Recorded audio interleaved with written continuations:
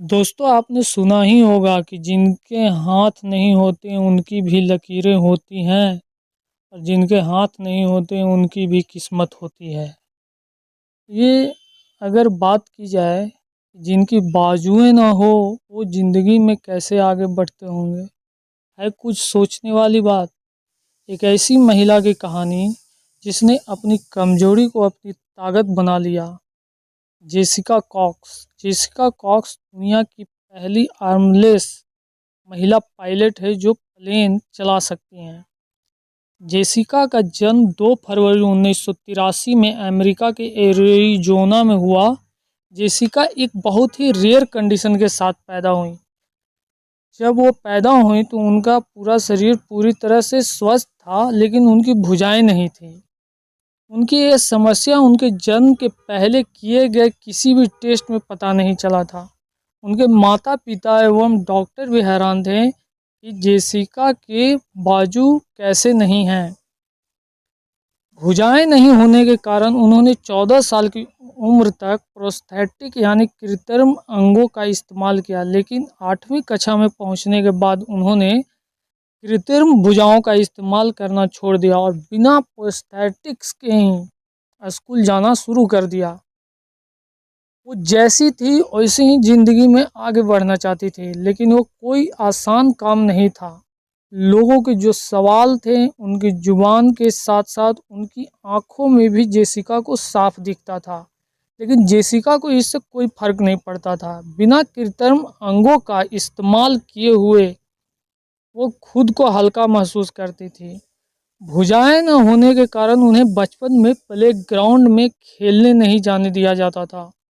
इस कारण घर बैठी जेसिका मुस्कुरा के बस अपने सपनों की दुनिया में जीती थी। झूले झूलने के सपने देखा करती थी। वो एक सुपर वुमेन बनकर सबकी मदद करना चाहती थी।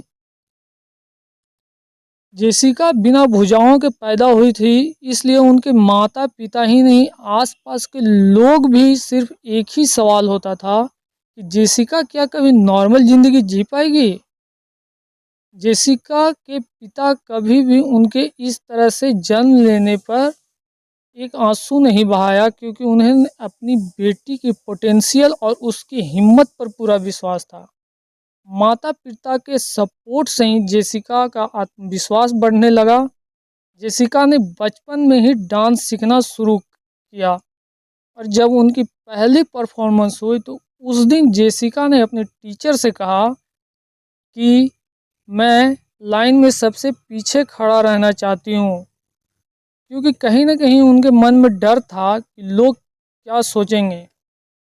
लेकिन उनके डांस टीचर ने कहा कि पीछे कोई लाइन नहीं है, इसलिए उन्हें स्टेज पर आगे खड़े होकर ही बाकी बच्चों के साथ परफॉर्म करना होगा। जैसे ही उनकी परफॉर्मेंस ख़त्म हुई, सभी ऑडियंस ने उनके हौसले और हिम्मत को सराहा और उनके लिए तालियां बजाएं।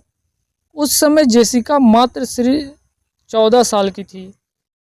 इसके कुछ दिन बाद जेसिका के माता पिता की मुलाकात ताइक्वांडो इंस्ट्रक्टर जिम कनिंगम से हुई।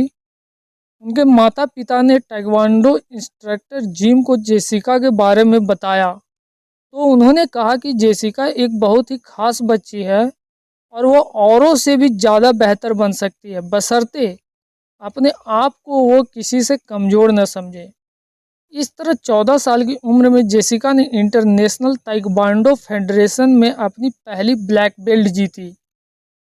एक बार एक नॉन प्रॉफिट ग्रुप के मेंबर ने जेसिका से पूछा कि क्या वो एरोप्लेन उड़ाना चाहेगी।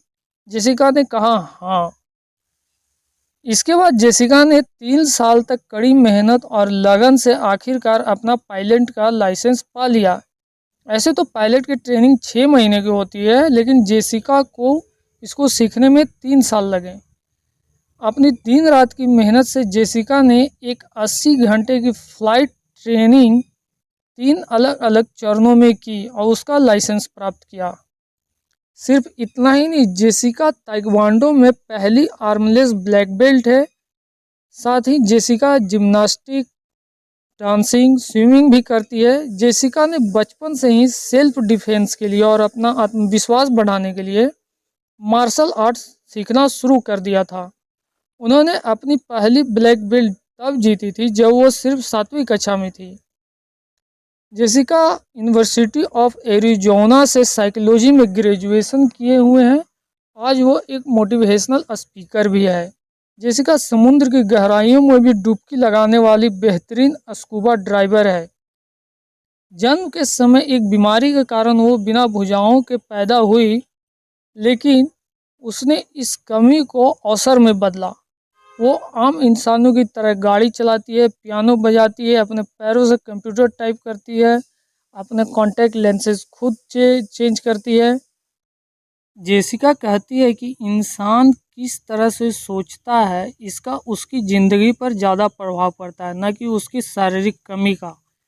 जेसिका का आज नाम गिनीज वर्ल्ड रिकॉर्ड में भी दर्ज है और दुनिया की पहली आर्मलेस पायलट के रूप में जिसने अपने पैरों से एरोप्लेन उड़ाया। इनके जीवन से हमें सीखने को मिलता है कि जब हम कहते हैं कि हम यह नहीं कर सकते, तभी हम खुद को असफलता के लिए तैयार कर लेते हैं। हम अपने डर खुद ही बनाते हैं और इसलिए इन्हें खुद ही ख़त्म कर सकते हैं। अगर आप चैंपियन हैं तो असफल होने पर बहाने बनाना नहीं चाहेंगे।